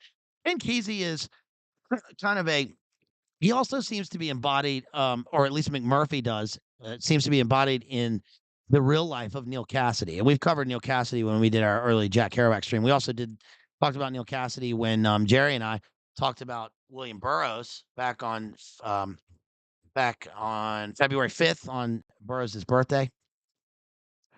So we'll get to that sometime. I plan on reading Bonfire of the Vanities when I go on my little holiday down south. Down there to Cormac McCarthy territory well, I won't say where, but we covered it in the passenger. um, shouts out to our friend Robert out there who sends $5 for being based. Thank you, sir. You're the based one. Appreciate you. Thank you so much. Really appreciate that. Thank you, homeboy. Yes, please support me, guys. I need the support. Thank you. You can also like and share the stream. That helps me out a lot. And go back and watch give a revisit some of those recent streams. Go back to Cormac McCarthy and go back to Killers of the Flower Moon that I recently did, and to the house that Jack built, in which we talked about Blake, um, Virgil, and Dante. And those aren't as big as some of the other recent ones, I guess, because I mean it is pretty ethereal stuff. It's pretty high IQ. So then again, I look up the house that Jack built, and there's like analyses on the movie that have like 20 million views or whatever. How is that? That's crazy. But whatever, that's all right because y'all are here and appreciate you. So yeah, see, old America, Wild West style. McMurphy is I said he's from the old order and like a light, and he's full of the life principle, it says in this. He does not like that the men are pent up like animals. They're treated like animals in this place. They tell him about the shock shop on page 69. The shock shop, Mr. McMurphy, is a jargon for the EST machine, the electroshock therapy, a device that might be said to do the work of the sleeping pill, the electric chair, and the torture rack. It's a clever little procedure, simple, quick, nearly painless. It happens so fast, but no one ever wants another one, ever. What's this thing do? You're strapped to a table shaped ironically like a cross with a crown of electric sparks in place of thorns. You're touched on each side of the head with wires. Zap, 5 cents worth of electricity through the brain, and you're jointly administered therapy and a punishment for your hostile go to hell behavior, on top of being put out of everyone's way for 6 hours to 3 days, depending on the individual. Even when you do regain consciousness, you're in a state of disorientation for days. You're unable to think coherently. You can't recall things. Enough of these treatments, and a man could turn out like Mr. Ellis you see over there against the wall, a drooling, pants wetting idiot at 35, or turn into a mindless organism that eats and eliminates and yells, fuck the wife like Rackley, or look at Chief Broom clutching to his namesake there beside you. Interesting because Chief still holds on to his sanity all through that, as evidenced by the narrative that we hold in our hands, because it's Chief's voice. They tell him, he says, "What I want to know is, am I safe to try and beat her at her own game? If I come on nice as pie to her, whatever else I insinuate, because he just learned that word, McMurphy, she ain't going to get it in a tizzy and have me electrocuted. You're safe as long as you keep control," they said, "as long as you don't lose your temper and give her actual reason to request the restriction of the disturbed ward or the therapeutic benefits of the electroshock, you're safe. But that entails first and foremost keeping one's temper, and you with your red hair and black record, why delude yourself?" Okay, all right. So what McMurphy does is he tries to subvert the order of power in this place, mimicking the way that Nurse Ratched does through insinuation. He eventually becomes overt in this, because he's a red-blooded American. And later on, we get these intermittent parts in the book where Chief is going through both sleep paralysis and post-electroshock therapy psychic breaking. Um, on page 90, you just had a nightmare. Things as crazy as a big machine room down in the bowels of a dam where people get cut up by robot workers done as it exist. If they don't exist, how can a man see them? Because in truth, they do exist. Again, it might not be factual, but the spirit of it is certainly true, if not literal.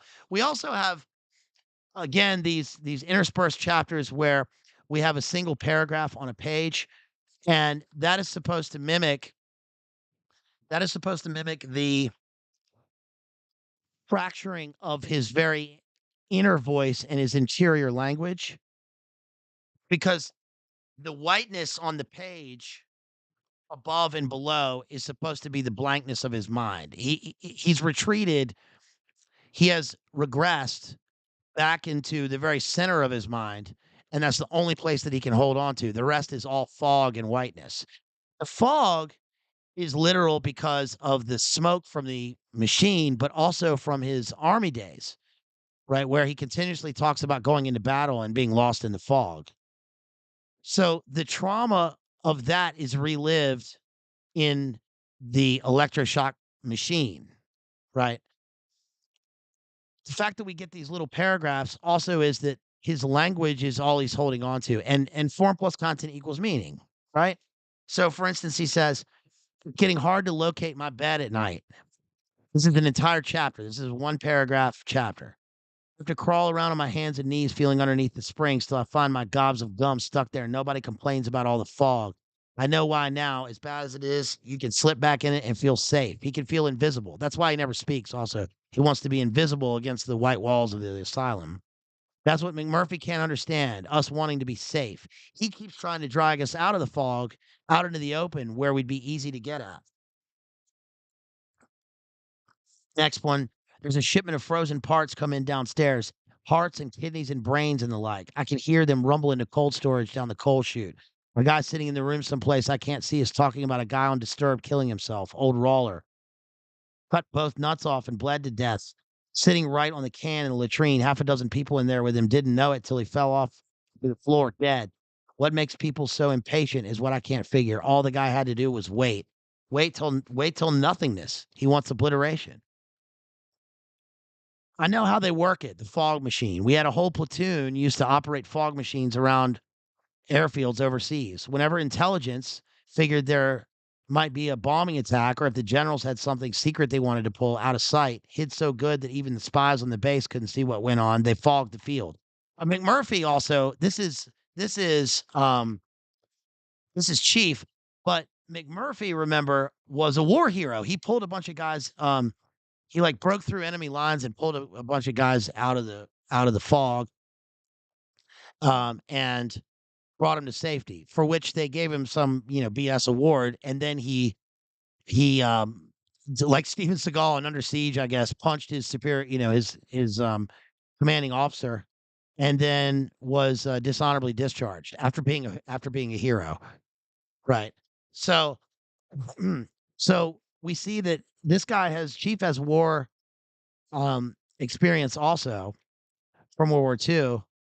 He talks about sounds died and dissolved after a few yards, and you couldn't hear any of the rest of your crew, nothing but that little horn squeaking and honking out a soft, furry whiteness so thick that your body just faded into white below the belt. Other than that brown shirt and brass buckle, you couldn't see nothing but white. Like from the waist down, you were being dissolved by the fog too, which is supposed to mimic the way that the orderlies look. You had a choice. You could either strain and look at things that appeared in front of you in the fog, painful as it might be, or you could relax and lose yourself. When they first, this is so amazing. I mean, this is really amazing. Like as much as I've read about you and Cameron and psychic driving and all and the uh the sleep experiments and all that, or about Sid Gottlieb, or about um Delgado and Martin Orrin and all these people, Charlie and West. Like this is what it to me, this is what it actually is like in the first person from the inside. He's talking about it also brings to mind, by the way, Stranger Things, the latest Stranger Things. Remember I did the Stargate Monarch stream on Stranger Things about a year ago, which was the final season of Stranger Things, and it talks about, number one versus number 11, and how this is what they're doing to 11 in the asylum in the Monarch programming. And it's the same sort of thing. Now that's with a different intention. She's a monarch, and this guy isn't, but it still serves the same purpose. It's the same MO. Um, and he just wants to disappear. He wants to be obliterated. They've lost their will. They've lost their courage, if they ever had any courage in the first place. They've taken them down to what Maddie says, diabolical lengths. They've gone to diabolical lengths to destroy and degrade these people through absolute dehumanization. And um, yeah, Stranger Things is based on Montauk and and Monarch, and we've covered that. But this is um this is crazy because Ken Kesey worked in one of these facilities, so he saw this firsthand. And it's weird that it drove him into the very program with the acid tests, right? Where he ended up in exactly the place where he didn't want to be. I mean, that to me kind of speaks to like the way that the lamestream media um wants to, subtly pushes people into like microdosing and DMT and all this stuff, right? Oh, free your mind by going into this mind-breaking thing that you're supposed to be avoiding because of all the stuff that get in touch with your trauma is what that points to. And that's what this is. It just amplifies it. It makes it worse. Page 132. The table is shaped like a cross with shadows of 1,000 murdered men printed on it. Silhouette wrists and ankles running under leather straps, sweated green with use, a silhouette neck and head running up to a silver band across the forehead. I found myself with that door opening in front of me to the acid smell of sparks and ozone. In spite of all I could do, it was getting tough to keep from getting lost. He's regressing. He's losing himself. He's losing himself in the fog. And that really is like, I mean, that's very Don DeLeo right there. That's almost white noise, right? Smelling the ozone and the acid in the air, silver cadmium. Um, I'm going to skip to page 218 here because we get McMurphy's monologue here. Chief, I was just remembering a time down in the Willamette Valley. I was picking beans outside of Eugene and considering myself damn lucky to get the job. It was in the early 30s, so there wasn't many kids able to get jobs. I got the job by proving to the bean boss I could pick just as fast and clean as any of the adults. Anyway, I was the only kid in the rows. Nobody else around me but grown-ups. And after I tried a time or two to talk to them, I saw they weren't for listening to me. Scrawny little patch quilt redhead, anyhow. So I hushed. I was so peeved at them not listening to me, I kept hush the livelong 4 weeks. I picked that field working right alongside of them, listened to them prattle on about this uncle or that cousin, or somebody didn't show up for work, gossip about him. 4 weeks and not a peep out of me till I think, by God, they forgot I could talk. The moss-backed old bastards. I bided my time. Then on the last day, I opened up and went to telling them what kind of people they were. I told each one just how his buddy had drug him over the coals when he was silent. Hooey, did they listen then? They finally got to arguing with each other and created such a shitstorm. I lost my quarter cent a pound bonus I had coming for not missing a day because I had already had a bad reputation around town. And the bean boss claimed the disturbance was likely my fault, even if they couldn't prove it. He's a provocateur there. But you see how he is sympathizing with Chief. He knows his plight about keeping silent. I cussed him out too. My shooting off at the mouth that time probably cost me $20 or so. Well worth it too. He chuckled a while to himself, remembering, then turned his head on the pillow and looked at me. Well, I was wondering, Chief, are you biding your time towards the day you decide to lay into them? No, I told him I couldn't. Here's where Chief speaks. I couldn't. Couldn't tell them off. It's easier than you think. Chief says, you're lot bigger, tougher than I am. I mumbled. How's that? I didn't get you, Chief. You're bigger and tougher than I am. You can do it. Me? Are you kidding? Criminy, look at you. You could stand a head taller than any man in the war. There ain't a man here you couldn't turn every way but loose, and that's a fact. So that is um that's incredible, right? The chief says that. I mean, because that speaks to his state of mind and how they have broken him. It also speaks to his state of mind in terms of his regression, his infantilization, right? He goes back into his center mind like he wants to be a kid again. He's often talking about when he was a kid, and he thinks that McMurphy is bigger than him. He's bigger. His aura is bigger. His energy is bigger. His life force is bigger. But he's going to learn from McMurphy because at the end of the novel, remember, after they have lobotomized McMurphy, Mc remember what Chief does? Chief actually sees that he's broken and he is a chronic who will never recover. So he goes in there and he suffocates him. And it's important that he suffocates him with his pillow, that he he he takes away his breath. He takes away his ability to speak. And he suffocates him just as they have been suffocated in this place, and that he covers his mouth so he can't breathe, just as Chief can't talk. So now they reverse roles.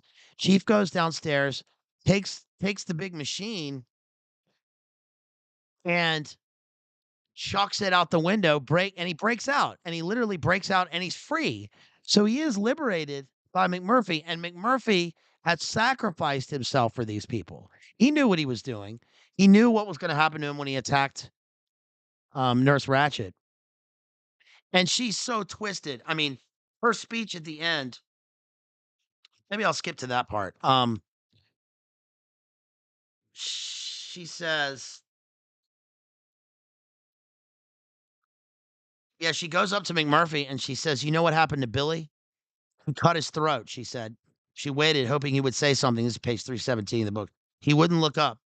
He opened the doctor's desk and found some instruments and cut his throat. The poor, miserable, misunderstood boy killed himself. He's there now in the doctor's chair with his throat cut. She waited again, but he still wouldn't look up.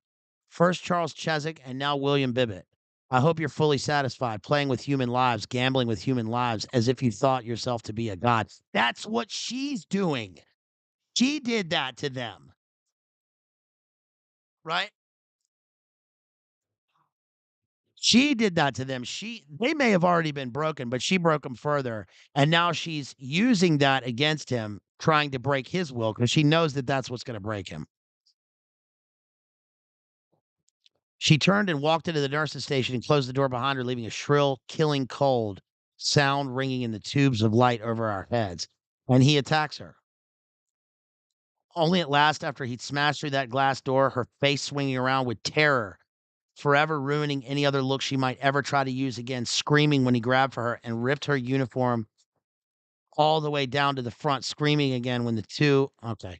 Um, he gave a cry at last, falling backward, his face appearing to us for a second upside down before he was smothered on the floor by a pile of white uniforms. He let himself cry. They invert him. He let himself cry out.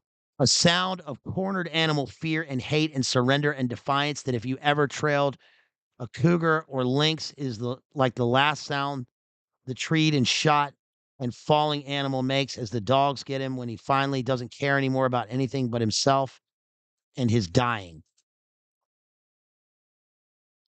And then it says about her on page 320. We all left the tub room and came out into the hall to meet her to ask about McMurphy. She jumped back 2 steps when we approached, and I thought for a second she might run. Her face was bloated blue and out of shape on one side, closing one eye completely, Illuminate confirmed, and she had a heavy bandage around her throat, so she can't speak. And then we see McMurphy, and he has been erased. He has been exiled in the true tragic fashion, right? A larger than life character who falls from a great height, he has been erased into mental exile in lobotomy. McMurphy, Randall P., post-operative, and below this was written in ink, lobotomy. It doesn't look anything like him, nothing like him. And he sees the cold moon in his window. The big, hard body had a tough grip on life. He takes out his life force. Take it easy, chief. Take it easy, somebody says afterwards. And then the guy says to him, "You know what to do. You know how to get out of here. Get out of here." He showed you one time. If you think back that very first week, you remember? When I finished dressing, I reached into McMurphy's nightstand and got his cap and tried it on. And then he goes outside. He throws the chrome machine out, glinted off the chrome fixtures and glass gauges so cold I could almost hear the click of it striking. Picks it up over his head. He picks it up over his head and smashes through the glass. So he smashed again. Whenever we see this in literature, smashing the glass windows. Remember, we saw this in Wuthering Heights, right? When you smash the glass, you're both shattering your own reflection, but you are now going into the other, into the beyond. His psyche is shattered, but in this sense, it's like it reverses itself because his psyche was already messed up. He saw the faces in the mirror. There's the television screen. There's all the medication. There's the great scene, by the way, where they have the party, which is in the book. They go in and they take all of the drugs, including the lean. They take the lean and, like, all of the, Demerol and all this stuff, and then they mix it with some sort of solution. They get wasted, and, they get wasted, they have a ball, and that is the party that leads to Nurse Ratched bringing in the people, and then the guy gets caught, and he cuts his throat. It's interesting she left him there, sitting there in the chair, and she brings that to mind, right? Like he is as if he's a sacrificial victim. She's taken another victim, and so when Chief throws the machine out the window, it's like a reverse. He's now breaking out of his mind back into the sane world because he's already in the insane asylum. So he goes out and he runs away and he's free. He actually gets free. And he says the last line of the book is, "I've been away a long time." He's been away from sanity for a long time. So that is One Flew Over the Cuckoo's Nest by Ken Kesey. Great book. Great book. I think that people should go and reread this book, or if you haven't read it, read it now. It's so relevant. This is now it functions as I mean, everything in the book that's literal has become ingrained into the normal lives of people every day now, and it speaks to the manipulation of the high priest of scientism and the way that people are meant to question their sanity so that the insane seems sane. So yes, I would recommend you going back and reading this book. It's really great. And the movie's great too. I didn't rewatch the movie because I didn't want to. I've seen the movie, a bunch of times, and I didn't want to. They do a good job of doing a pretty good dramatization of the book. but I didn't wanna temper my understanding of the way that this book works. So, yes, so that is, One Flew Over the Cuckoo's Nest. What do you guys think? Again, I talked about at the beginning of the stream that we've done 5 Cormac McCarthy works. We did, Blood Meridian, No Country for Old Men, The Road, The Crossing, and Passenger. So that's a pretty good survey, by the way, of his oeuvre, right? I'll be doing, All the Pretty Horses sometime soon, probably within the next, I don't know, month or 2. But, yeah, RIP to, Cormac McCarthy. Um, there's so much to talk about. I mean, I I'll probably do another stream on, I watched the movie. This has nothing to do with what we just talked about, but have you guys seen Avatar 2? Have y'all seen that movie? The Way of Water? I was blown away. Okay, yeah, blown away by, like, first of all, I did find myself about 2 hours into this 33-hour movie, um, which has, by the way, a square and compass, like, in the advertised logo for the movie. Shouts out to Ronin Samurai who sends $2, watch the movie, but need to read the book. Cheers, thank you. Um, so I did find myself going, "You know what? I'm, like, actually into this movie." Visually, it has all its stuff and whatever, but the movie is so Luminate confirm, it's, like, unbelievable. It has climate lockdowns, it has Extinction Rebellion, it has, FURR, EEZ. It's got, uh, metaverse pods. It's got Phoenix Program. The Phoenix Program is literally in the movie.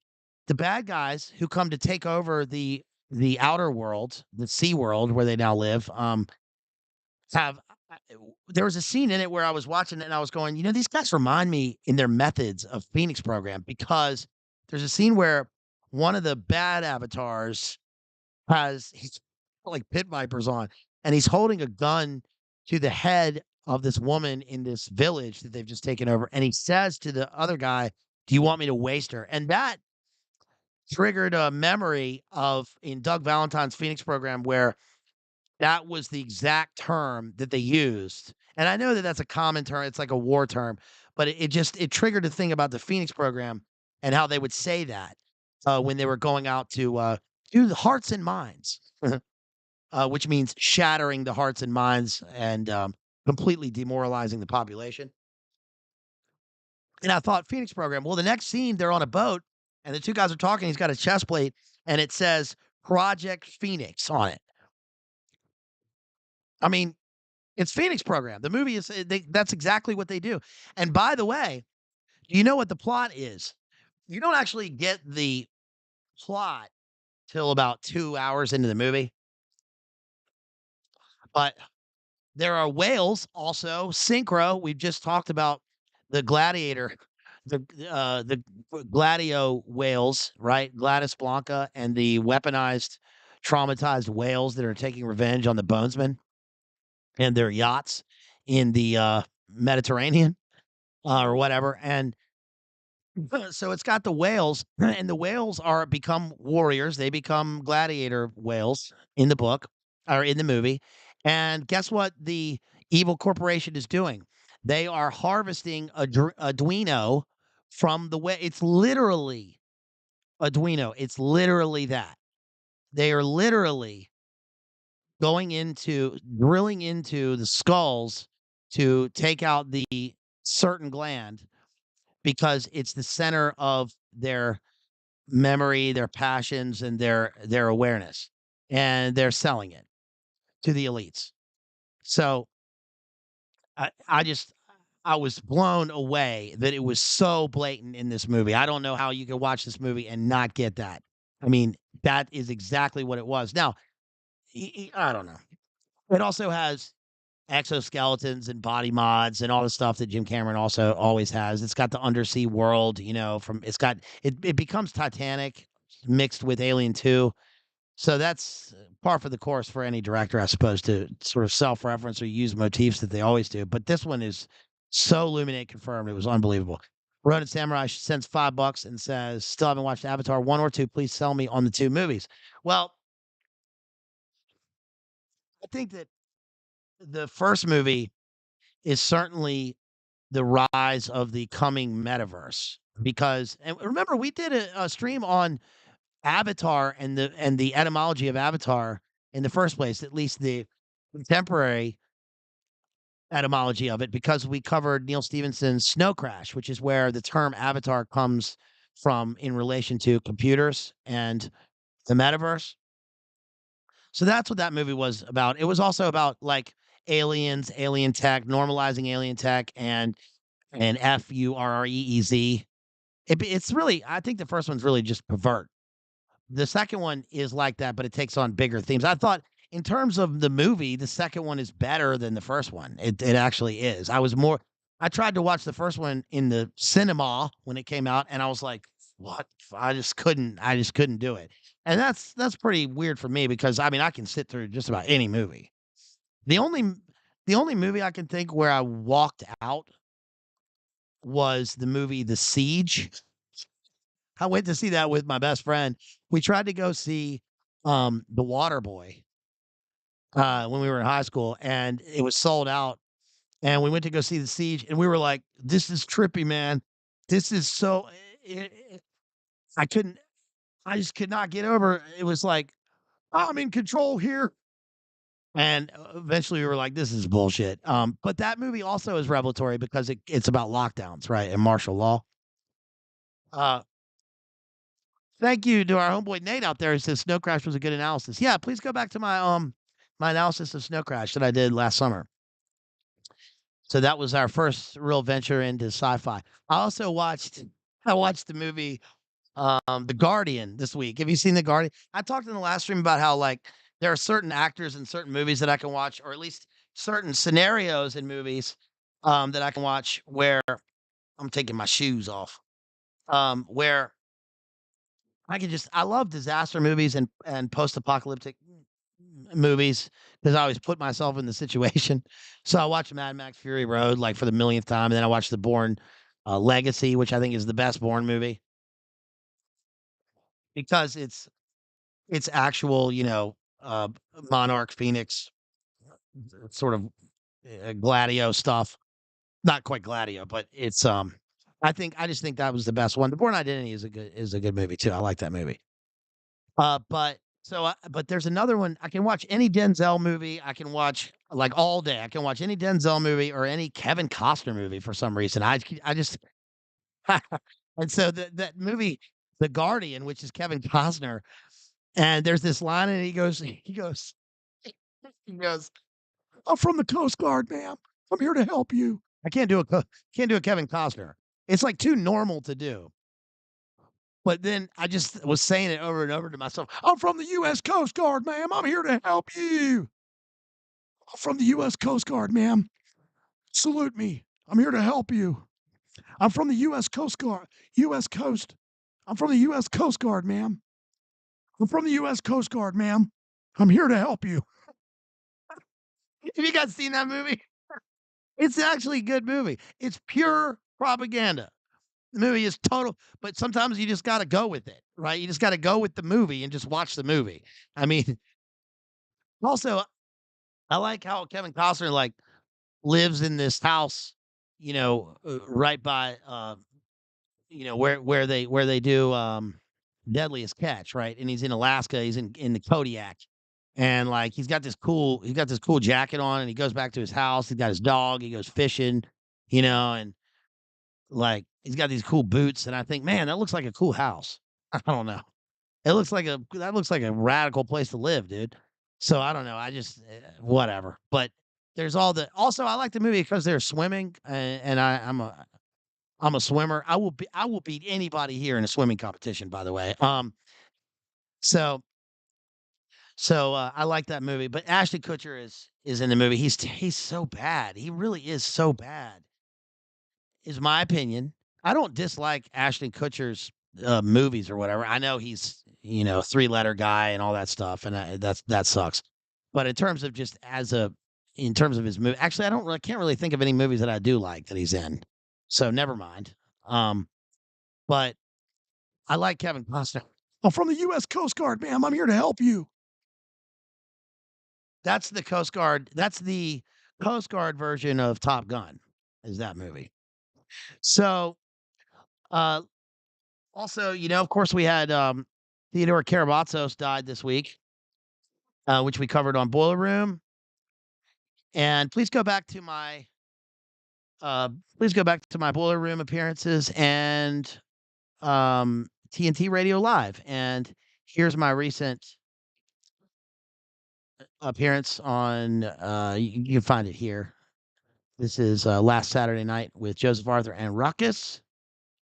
There's with Joseph Arthur. And please consider supporting me at any time on any of these platforms here. I really do appreciate your support. And you can send in super chats. Also, you can support me anytime. You can also sponsor a stream. We've got a bunch of stuff coming up. Let me check. Let me check over here real quick before we get off.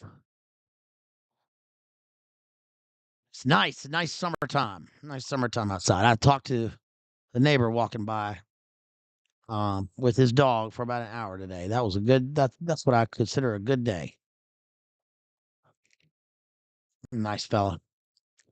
Asking me about Peggy Sue who passed away. So that was very thoughtful of him. So again, shouts out to Maddie, Real Cooter Brown, Digital Minefield for that $4.99. Shouts out to Ronan Samurai for his 2 super chats. Shouts out to oh yeah. Shouts out to Real Cooter Brown again, who sends 4.99 and says, with this Avatar 2 talk, all I can think about now is the Seatown Boys bit about James Cameron's Oscar speech for Titanic. Yeah, I remember that one. I'm I can't say it. Can't say it. I can't say it here, but yeah, you know that one. So yeah, I think that'll about do it, y'all. So please come back and rewatch the stream or watch bits of it. Shouts out to Adam again for his super chat also. And hope everybody has a good one. The next one I'm gonna do again will probably be some sort of I gotta figure out a theme for this, some sort of 18th and 19th century stream. I just did Ben Franklin, which is a sponsored stream. If you want to sponsor a book, please considering making $100 donation to PayPal or to Cash App. If you, I've also got Billy Bud Smoker here from Herman Melville. Bud smokers only, bud smokers only, only, bud smokers only, bud smokers only, only. And oh, one more thing. Um, this is totally random, but have you guys ever listened to Prince song "I Would Die for You"? Have you ever listened? I mean really listen, man. Have you guys ever really listened to Prince, man? It's funny because right after that, I rewatched the Charlie Murphy bit from Chappelle Show. Assemble your crew, you versus me and the revolution. You guys got to go back and watch the Prince performance from Syracuse, New York, 1985. I Would Die for You. Or go back and listen to that recording. That is what I'm talking about. So that performance is whether you like Prince or not. Okay. And if you don't, keep an open mind. That single song is what is an example of a performer putting everything they have in the performance and on the stage. It is unbelievable. It's unbelievable, folks. Listen to the crowd. The crowd is wild. I mean, it's insane. And the reason I'm talking about this is because with McMurphy, I was thinking about this big willed energy, this like you meet certain people in life that are just magnetic. I have friends like this that are just magnetic. You meet certain people and you immediately sense it. They walk into a room and not only does everybody like them, but they like love that person and they make everybody happy. Right? And they're always funny. They're funny, but there's also something to be said. My friend Hunter said, there's something to be said for um being able to witness somebody who's the best at what they do, right? So even if you don't like Prince or even if you don't like pop music or 80s or synth music, just anything, just listen to that song because it it's incredible to imagine what it takes to do that. It's a special type of person that is able to do that. Not only does he write the song and performs the song, but just listen to the performance. It's a lot, and it's a real live performance. It's not. There's nothing fake. It's him singing, and just not even the words. Not don't even listen to the words that he says in parts. It's like the expressions, just the expressions of just like just it's not just joy, it's just like life. He's just living life. It's an incredible gift, right? Life is fiery with its beauty. It's incredible with detail. It's a gift. Take advantage of every second of it, as they say. So, yeah, go back and watch that. It's a great song to get hyped to. Okay. So anyway, that'll be about it. I think that's gonna do it. So Ken Kesey, shouts out to Ken Kesey for writing a great American novel in publishing in 1962 that's unlike much of the other drivel that came out at the time. It's even unlike, that's 62 is like the year, I think, is that the year Hemingway died? So it's interesting, this nexus point between modernism when Hemingway died, ending in 1945, but then Hemingway, kind of holds that over into 1960. He wins the Nobel Prize in like 61 or something like that. And we've got this modernist prose, which then switches into something almost, you can see the Beat Generation taking a lot of their prose from Kesey, but it's above that in many ways. And it's more relevant now than ever. This is why it's important to read. It's important to increase and understand your vocabulary, because that's the way we express ourselves and that we understand the world is through words. We think in words. So that's really important. Yeah, View says the JFK event was around that time. So that's another important point. That's a good point because it represents the end of one era and the beginning of another, the culmination of the zeitgeist continuing into the present day and onwards for the future. And that, you know, also tying into the death of Cormac McCarthy today, um, it's like